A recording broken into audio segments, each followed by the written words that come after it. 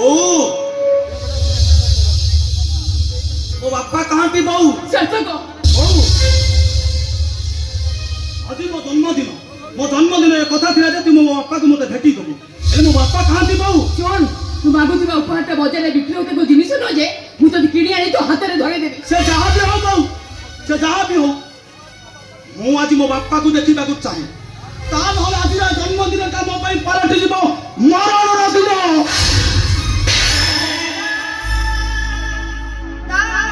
मार बहू आउरी मार तो मारता मुझे जति की कष्ट लागुची ताठू अधिक कष्ट लागुची बाहर लोक माने मते जते बळे बास्टार्ड कहउचती बास्टार्ड तो चरित्र उपरे अंगुरी उठाउचती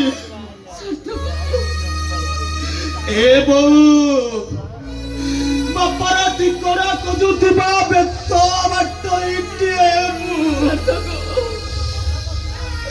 मु करे जन्मर जानि पारिबिनी मो बापा किए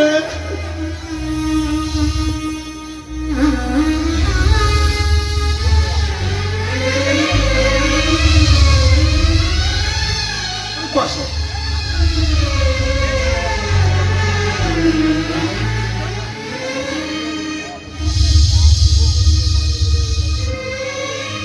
ये हूँ मो भणजा आज्ञा नमस्कार आओ ये हूँ मो भौणी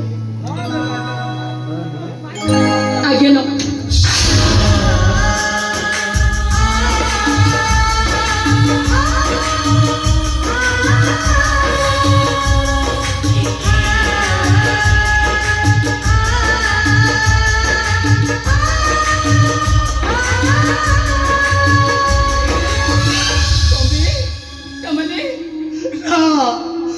भावना लोकटा भूल ठीक होइचंती बाबू मने पकेबा आईनारे जेतेबेले समय धूली लागि जाय ना सब चिन्हा महागुड़ा को एमिति अचिन्हा बळी लागंती बाबू सखिता ए अचिन्हा मଣିषटी बाटरे जाऊ जाऊ ताकर हठात मुंड बुलेई हेगला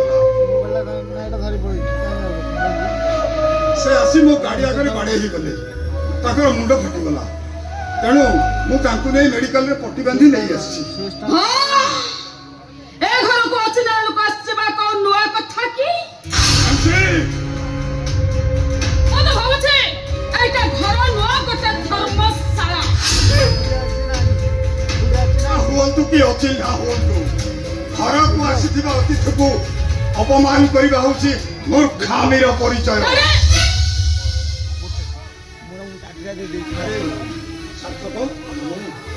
आज पर तोर जन्मदिन तो एमती मन मारी ठिया जन्मदिन कौ खुशी रे जन्मदिन पालन करी मामू आज पर्यंत पूरा मो जन्मगत परिचय मु खोजी पाउनी खोजे पाइबो केमिति से कथा केवल मां व्यतीत केहि भी जानि नथाए काइना मन जाने पाप मां जाने पाप मु जानि छी बाबा किए एठी लेउटणी मेघ को देखि उजुड़ा खेतले फसल बुड़ीबे बोली भाबे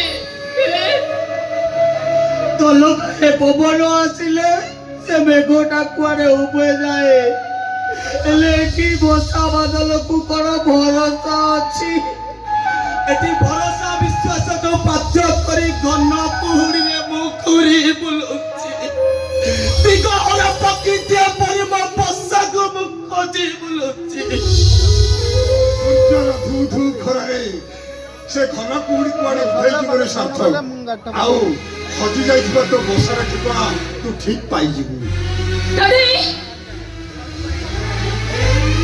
काको मिच्छा कलह न देखे विश्वास को करिबा मो उचित मने करूनी काइना हम हिंदू धर्म अछि परस्य व्यक्ति जदि 12 वर्ष घर अनुपस्थित रहे ताले ताको मृत बने घोषणा करा जाए आ जदि रहे ताले समस्त कहि के कहउछते आ दुनिया सारा समस्त कहउछते आ सार्थक बैगिरा तो मां गोटा कोई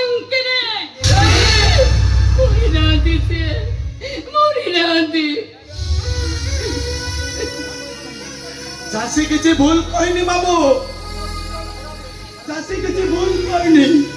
কেন শুনিବାକୁ ଖରାପ ଲାଗିଲା ବି କଥାଟା ଅତି ସତ କଥା। ତାମାନେ ତୁ କହୁଛୁ ଆଜିଠାରୁ ମୋ ପାଇଁ ମୋ ବାପା ମରି ଯାଇଛନ୍ତି, ମରି ଯାଇଛନ୍ତି ସେ। ଯୋଉ ବାପା ଆମ ମା ପୁଅର କର୍ତ୍ତବ୍ୟକୁ ଭୁଲି ଯାଇପାରିଲା, ମୋ ବୋଉ ହାତରେ ଥିବା ଶଙ୍ଖା ସିନ୍ଦୁରର ମୂଲ୍ୟ କିଛି ନାହିଁ, କିଛି ନାହିଁ।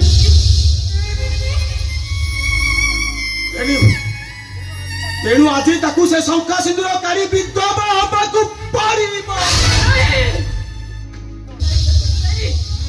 ମୁଁ ବିଧବା ହେବିନି, ବିଧବା ହେବିନି, ମୁଁ ବିଧବା ହେବିନି।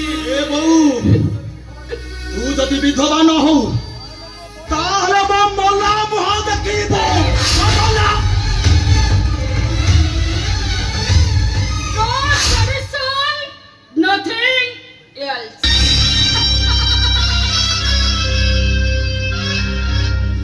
କୁହ, କୁହ କୃଷ୍ଣ, ଏଥର କୁହ ତମେ ବିଧବା ହବ ନା ସାକ୍ଷାତର ମଲା ମୁହଁ ଦେଖିବ? ହେ ଭଗବାନ, ଏ କେମିତି ଅଗ୍ନି ପରୀକ୍ଷା!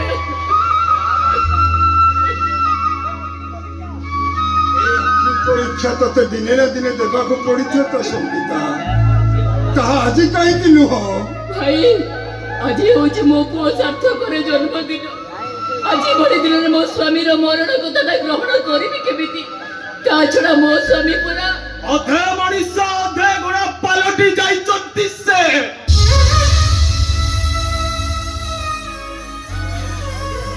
ଯୋଉ ମଣିଷଟା ଆମ ମା ପୁଅର କର୍ତ୍ତବ୍ୟକୁ ଭୁଲି ଯାଇପାରିଲା, ଆମେ କାହିଁକି ତାକୁ ଭୁଲି ଯାଇପାରିବାନି ଲୋ ବୋଉ?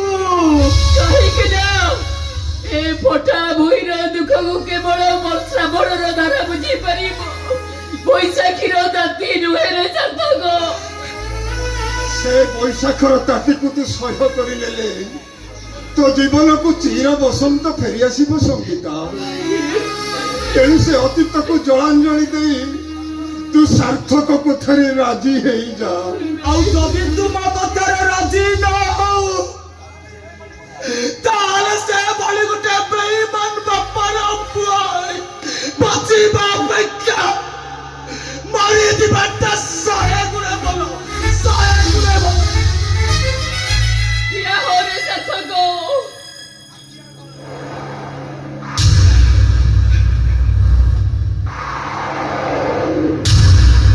ଆଖି ଅଡୁଆରେ ଲୁଚିଥିବା କଥାଟା ଯେତେବେଳେ ପଦାକୁ ବାହାରି ପାରୁନି, ତାହେଲେ ଶଙ୍ଖା ସିନ୍ଦୁର ପିନ୍ଧିବି କାହିଁକି?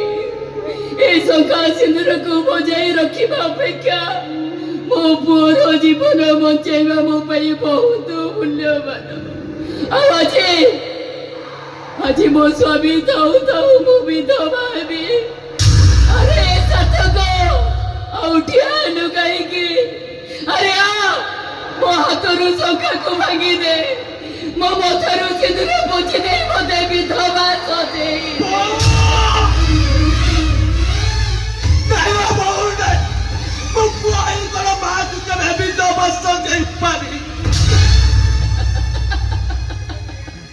ଭାଇ, ସିଏ ତ ପାରିବନି ବୋଲି ମନା କରିଦେଲା, ତମେ ଉଠି ଆଲ କାହିଁକି?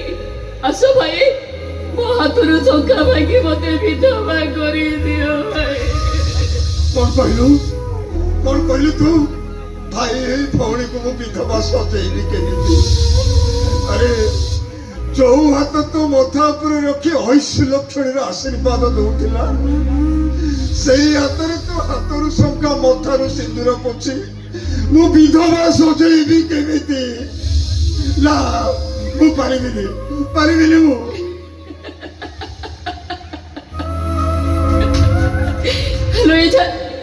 ନାଇଁ ଦେଇ, ମୋର ଭୁଲ ହେଇଗଲା।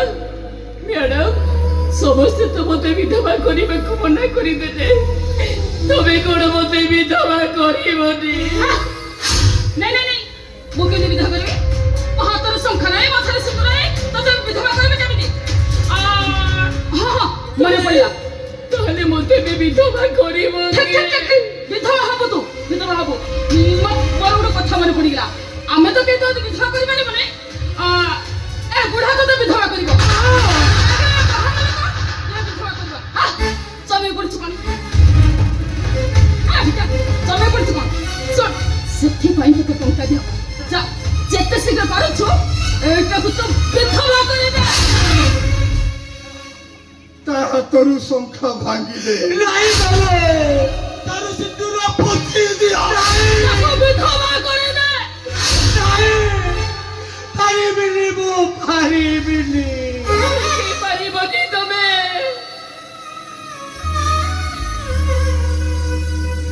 28 ବର୍ଷ ଧରି ଯୋଉ ବିଶ୍ୱାସକୁ ଧରି ମୁଁ ବଞ୍ଚି ରହିଥିଲି, ମୋର ବର୍ଷ ବର୍ଷ ସଞ୍ଚିତ ବିଶ୍ୱାସକୁ ତମେ ହିଁ ଭାଙ୍ଗି ପାରିବ।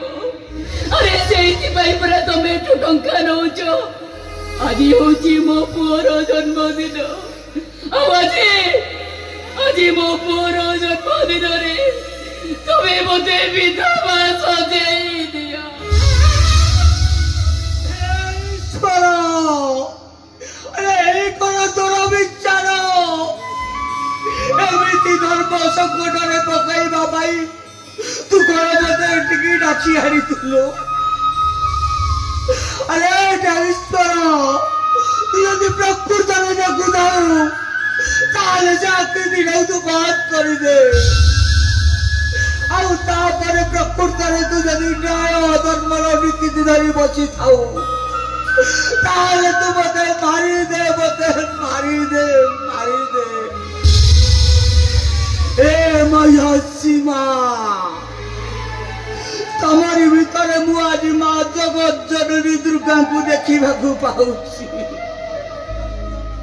ତମେ ମତେ ଗାଳି ଦିଅ ମା, ତମେ ମତେ ଅଭିଶାପ ଦିଅ, ମୁଁ ଯେମିତି ମରିଯାଏ।